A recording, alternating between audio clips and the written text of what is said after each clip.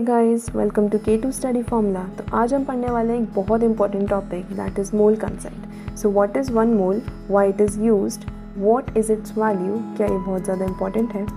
Wait, आपके इन सारे question का आंसर इसी वीडियो में है, तो इस वीडियो को बिल्कुल लास्ट तक देखिए ताकि आपको आपके सारे क्वेश्चन का आंसर बिल्कुल सही मिल पाए। सो what is one mole? One mole is defined as the amount of a substance that contains 6.022 into 10 raised to the power 23 entities like particles, atoms, ions, molecules, etc. of the given substance. A mole measures the number of atoms, ions or molecules. One mole को हम ऐसे define कर सकते हैं। Let's suppose we take an example. अगर हम dozen कहेंगे तो डजन से हमारे दिमाग में बिल्कुल एक आता है कि 12 डजन मतलब 12 होता है। अगर हम कहेंगे हमें 1 डजन बनाना चाहिए तो हमारे पास 12 बनाना आ जाएंगे। तो ऐसे ही अगर हमें कोई चीज़ मोल में चाहिए तो अगर हमें 1 मोल का चाहिए एक्सप्रेशन तो वो होता है 1 मोल की वैल्यू अगर हम देखें तो वो होती है 6.02214 into 10 raise to the power 23, जिसको हम 6.023 into 10 raise to the power 23 भी लिखते हैं।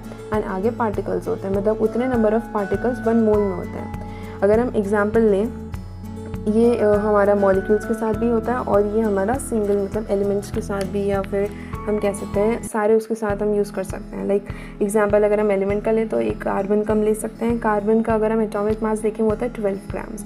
तो 12 ग्राम्स इज इक्वल्स टू 1 मोल हो जाएगा। मतलब कोई भी एटम जो होता है उसका एटॉमिक मास और किसी भी मॉलिक्यूल का मॉलिक्यूलर मास वो 1 मोल के बराबर होता है। और अगर हम मॉलिक्यूल का एग्जांपल देखें तो वो होगा H2O अगर हम देखें तो मॉलिक्यूलर मास होता है 18 ग्राम्स। तो इसी को हम 1 मोल कहते हैं। अगर हम पूछेंगे कि 32 या फिर हम कह सकते हैं 36 ग्राम्स ऑफ H2O कितने मोल्स के बराबर है, तो हम देखेंगे 18 ग्राम्स 1 मोल के बराबर होता है, तो 36 ग्राम्स जो होगा वो हमारे 2 मोल्स के बराबर होगा। This is simple concept. और हमें पता है कि जैसे हमने पढ़ा ही होगा इसके बारे में कि 1 मोल जो होता है उसकी जो वैल्यू होती है उसको हम Na से भी रिप्रेजेंट करते हैं, which is also known as Avogadro's number.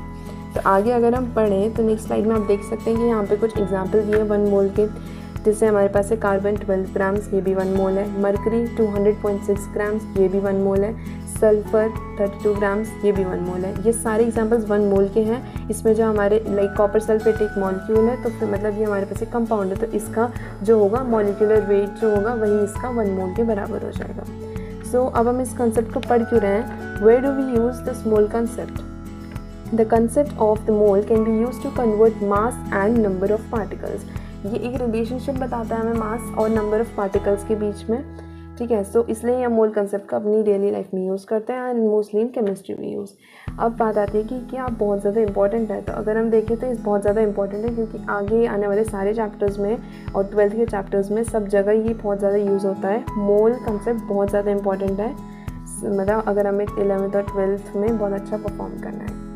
So with this we will end this video, and if you like this video then like, share and also hit the bell icon so that आपको हमारी सारी videos की update मिलती रहे. If you want more videos like this then please subscribe our channel and share it with your friends too. Till then stay tuned. Bye bye.